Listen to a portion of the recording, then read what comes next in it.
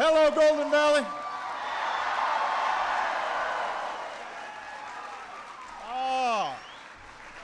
It is good to be back in Minnesota. It is good to see your Governor, Mark Dayton, here.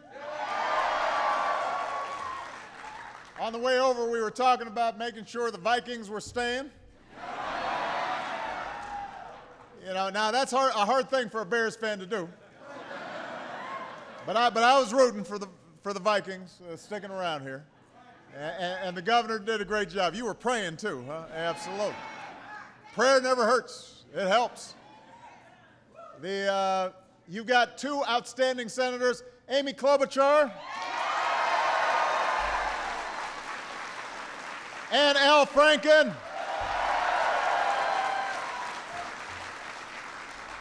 Your mayor, Shep Harris, is here. Outstanding congressional delegation in the House. Give them a big round of applause.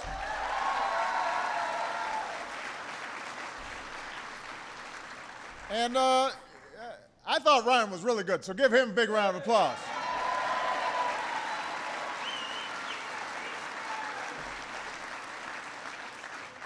He's a natural. Now, one of the last times I was here was last August. We took a bus tour around the state.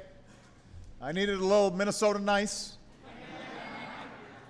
Stopped for some pie in Zumbrota. Held a town hall in Cannon Falls. Amy and Al were there.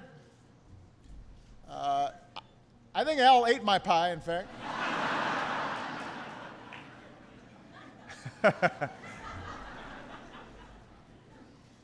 And I spent a lot of time talking with folks who'd spent the past couple of years making their way through a tough economy. And today, we're still fighting our way back from the worst economic crisis since the Great Depression. The economy's growing again, but it's not growing as fast as we want it to grow. Our businesses have created almost 4.3 million new jobs over the last 27 months, but as we learned in today's jobs report, we're still not creating them as fast as we want. And just like at this time last year, our economy is still facing some serious headwinds. We had high gas prices a month, 2 months ago, and they're starting to come down, and they were spiking, but they're still hitting people's wallets pretty hard. That has an impact. And then, most prominently, most recently, we've had a crisis in Europe's economy that is having an impact worldwide, and it's starting to cast a shadow on our own as well. So we've got a lot of work to do before we get to where we need to be.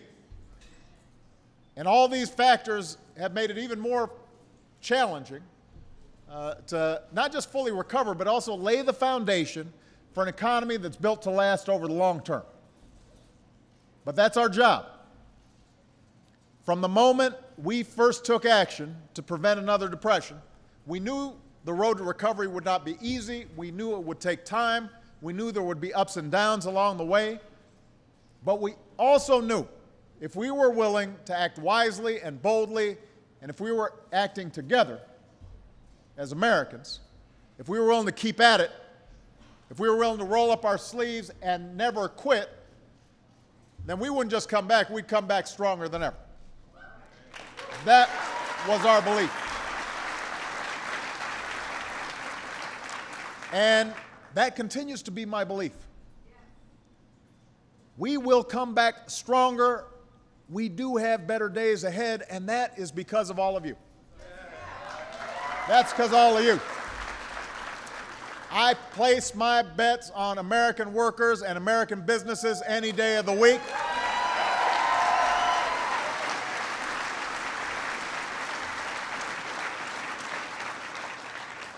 You've been fighting through this tough economy with resilience and grit and innovation.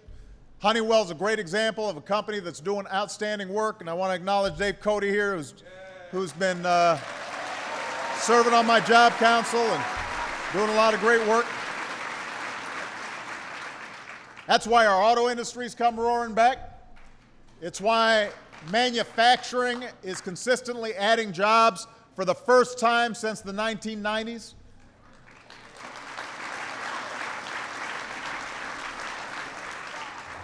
All that's happening because of you. Everybody here plays by the rules. You work hard. You meet your responsibilities. And you deserve leaders who do the same. Leaders who will stand shoulder to shoulder with you and do everything possible to strengthen the middle class and move this economy forward. That's what you deserve.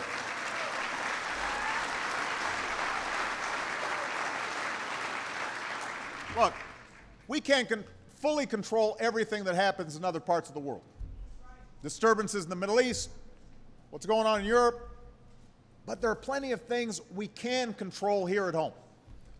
There are plenty of steps we can take right now to help create jobs and grow this economy. Now, let me give you a couple examples. I sent Congress a jobs bill last September full of the kinds of bipartisan ideas that would have put our fellow Americans back to work and help reinforce our economy against some of these outside shocks. I sent them a plan that would have reduced the deficit by $4 trillion in a way that is balanced, that pays for the job-creating investments we need by cutting unnecessary spending, but also by asking the wealthiest Americans to pay a little more in taxes.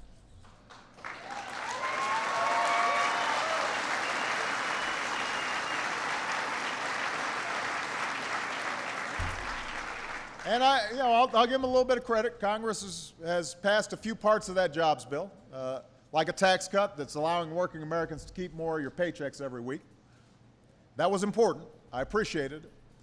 But Congress has not acted on enough of the other ideas in that bill that would help make a difference and help create jobs right now.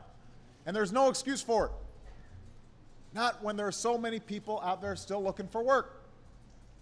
Not when there are still folks out there struggling to pay their bills. It's not lost on anybody that it's an election year. I understand that. I've noticed.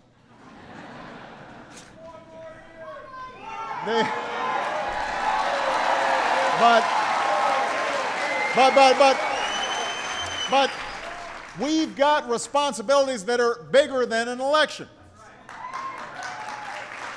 We've got responsibilities to you. So my message to Congress is, now's not the time to play politics. Now's not the time to sit on your hands. The American people expect their leaders to work hard no matter what year it is. The economy still isn't where it needs to be. There are steps that could make a difference right now, steps that can also serve as a buffer in case the situation in Europe gets any worse. So right now, Congress should pass a bill to help states prevent more layoffs so we can put thousands of teachers and firefighters and police officers back on the job.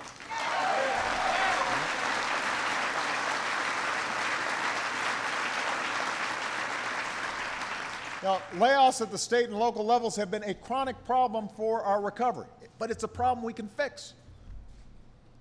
Congress should have passed a bill a long time ago to put thousands of construction workers back on the job rebuilding our roads and our bridges and our runways. Now, since the housing bubble burst, no sector has been hit harder than the construction industry. And we've got all this stuff that needs fixed. Remember that bridge here in Minnesota? So this is a problem we can fix. Let's do it right away. Instead of just talking about job creators, Congress should give small business owners a tax break for hiring more workers and paying them higher wages. We can get that done.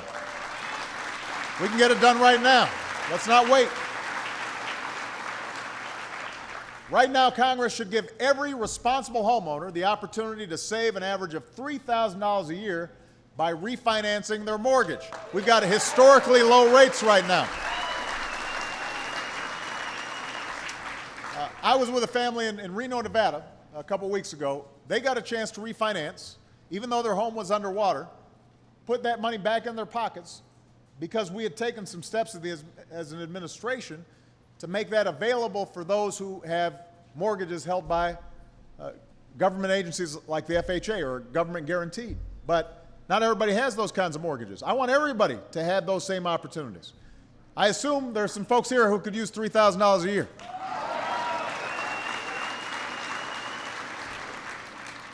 Let's get that done right now. That means they're going to be, if you got $3,000 a year extra, that helps you pay down your credit cards. That helps you go out and buy some things that your family needs, which is good for business.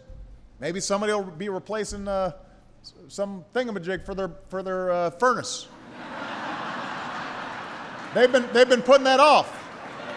But if they got that extra money, they might just go out there and buy that thing. Right? Look.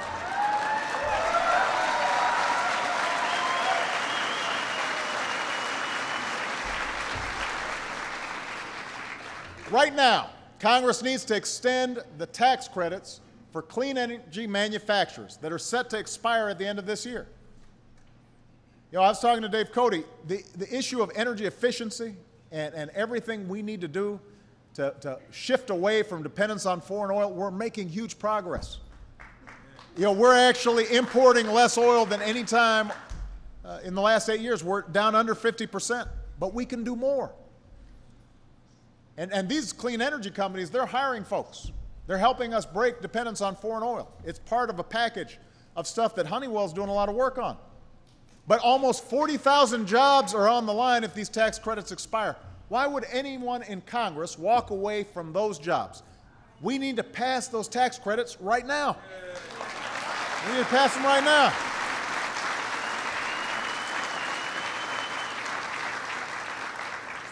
It's long past time we started encouraging what a lot of companies have been doing lately, which is bringing jobs back to this country. And some of them are coming to Minnesota. The governor and I were talking in the car about some companies coming back. Red Bull, right? Coming back. But let's give them more incentive. It's time for Congress to end tax breaks for companies that ship jobs overseas. Let's use that money to cover moving expenses for companies that are bringing jobs back to America. That would make a difference right now.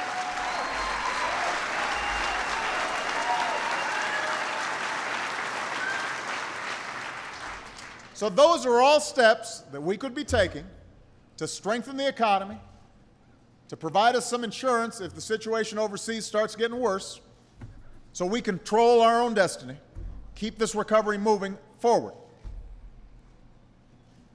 Which brings me to the last thing Congress should do, to help businesses create jobs. That's why I'm here at Honeywell today.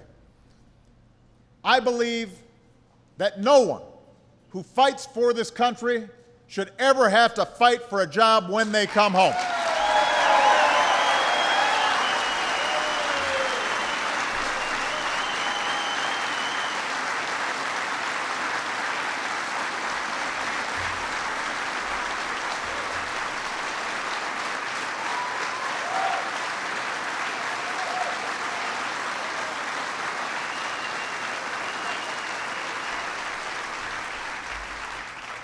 And for Congress, that means creating a Veterans Jobs Corps so we can put our returning heroes back to work as cops and firefighters on projects that protect our public lands and resources. And they should do it right now. They should do it right now. But if we're going to serve our veterans as well as they've served us, we've got to do even more. We just observed Memorial Day, which makes us think about the extraordinary sacrifices so many make. But we've got to make sure we translate words into action. We can't just be in a parade. Can't just march. We also have to deliver for our veterans. Over the past decades, more than 3 million service members have transitioned back to civilian life. And now that the war in Iraq is over and we're starting to wind down the war in Afghanistan,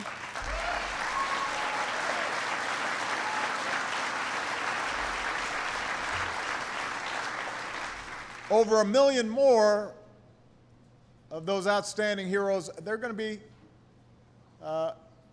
joining this process of transition back into civilian life over the next few years.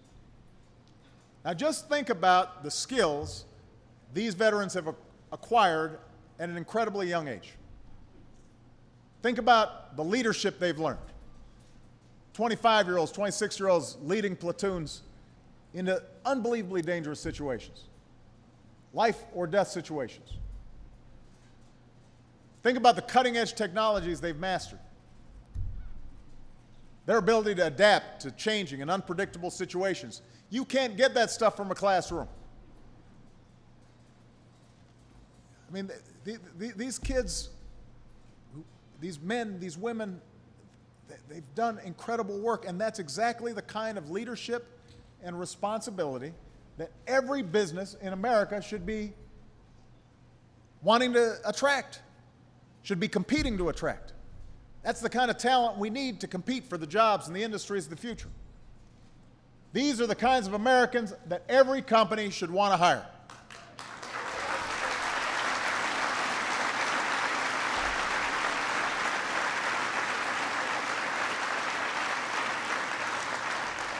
And that's why here at Honeywell, you've made it a mission to hire more veterans.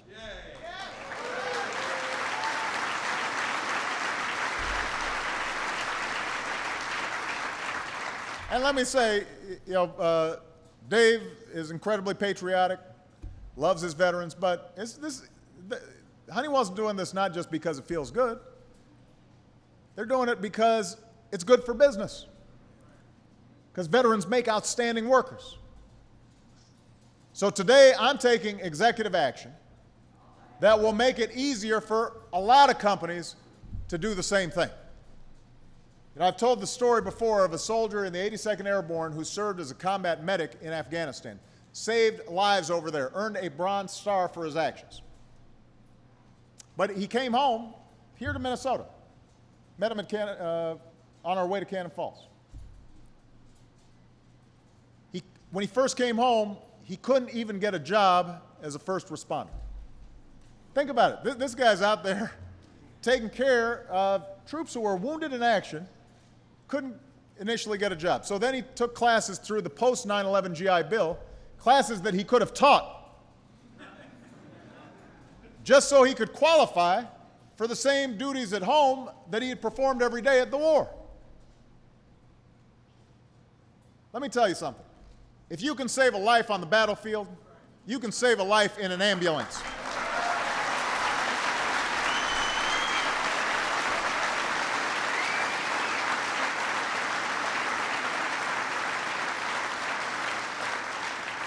If you can oversee a convoy or millions of dollars of assets in Iraq, you can help manage a supply chain or balance its books here at home. If you can maintain the most advanced weapons in the world, if you're an electrician on a Navy ship, well, you can manufacture the next generation of advanced technology in our factories like this one.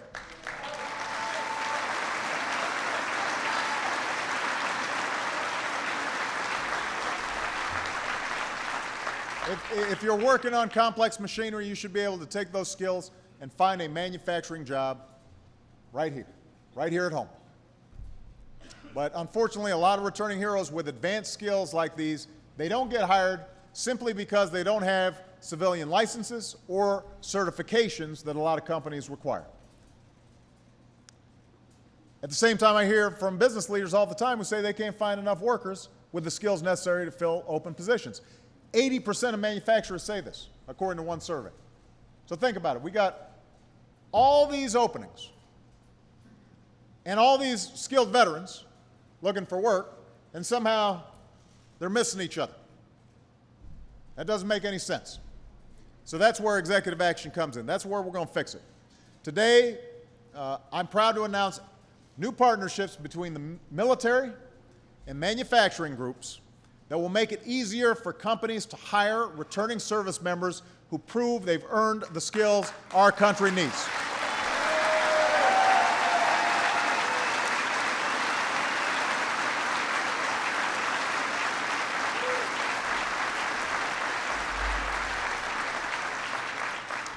Soldiers, sailors, Marines, airmen, Coast Guardsmen, if they've got skills in machining or welding or weapons maintenance, for example, you'll have a faster track to good-paying manufacturing jobs.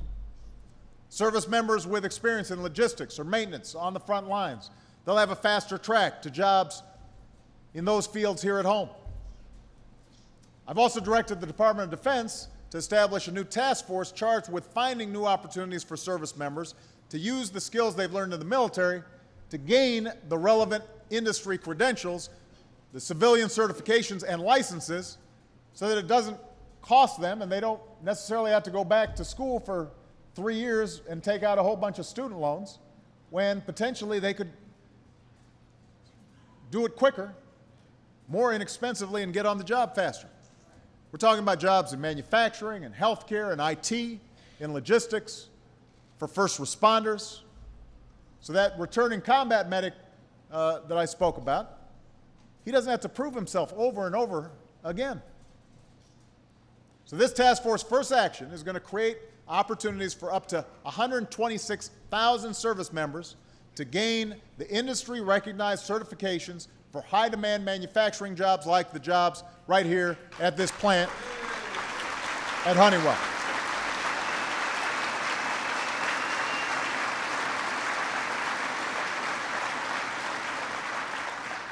And this builds on the Skills for America's Future partnership that we launched last year with the National Association of Manufacturers to provide 500,000 community college students with industry-recognized credentials that'll help them secure good manufacturing jobs.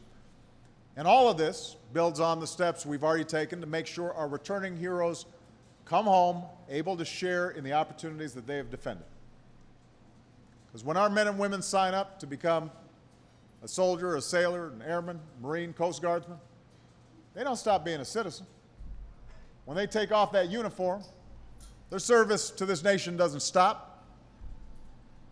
Think about previous generations. Well, today's veterans are the same. When they come home, they're looking to continue serving America however they can. And at a time when America needs all hands on deck, they've got the skills and the strength to help lead the way. Our government needs their patriotism and their sense of duty. That's why I ordered the hiring of more veterans by the federal government. We've hired more than 200,000 so far.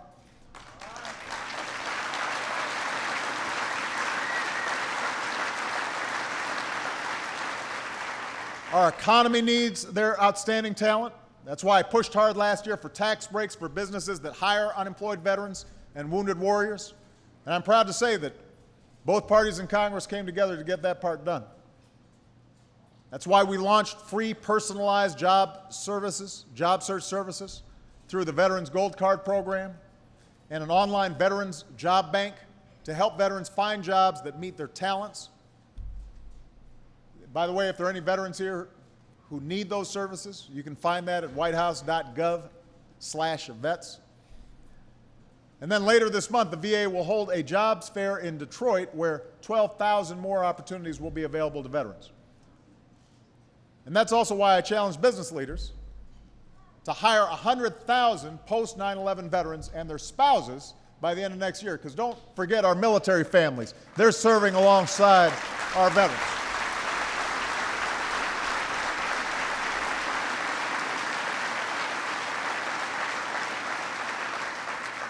Michelle and Jill Biden, that's Michelle Obama and Jill Biden, just in case you were curious. You might not know which Michelle I was talking about. They're leading this effort with respect to military families nationally. It's called Joining Forces, to mobilize all of us to support today's military families and their veterans. And so far, the good news is participating businesses have hired more than 70,000 veterans. And they've pledged to hire 175,000 more in the coming years. And I want to thank Honeywell not only for being an active partner in this initiative, but right here, Honeywell has hired 900 veterans over the past year and for employing 65 veterans just here at Golden Valley. So give them a big round of applause. Proud of them. Proud of them.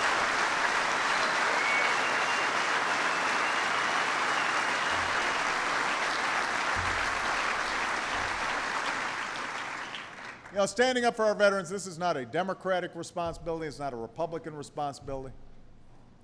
It's an American responsibility. It's an obligation of every citizen who enjoys the freedom that these heroes defended. So we got to meet our obligations today, just like folks here at Honeywell are doing. And as Commander-in-Chief, I want all of our service members and veterans to know we are forever grateful for your service and your sacrifice. Just like you fought for us, we'll keep fighting for you. For more jobs, more security, for the opportunity to keep your families strong, because you'll help us keep America on top in the 21st century.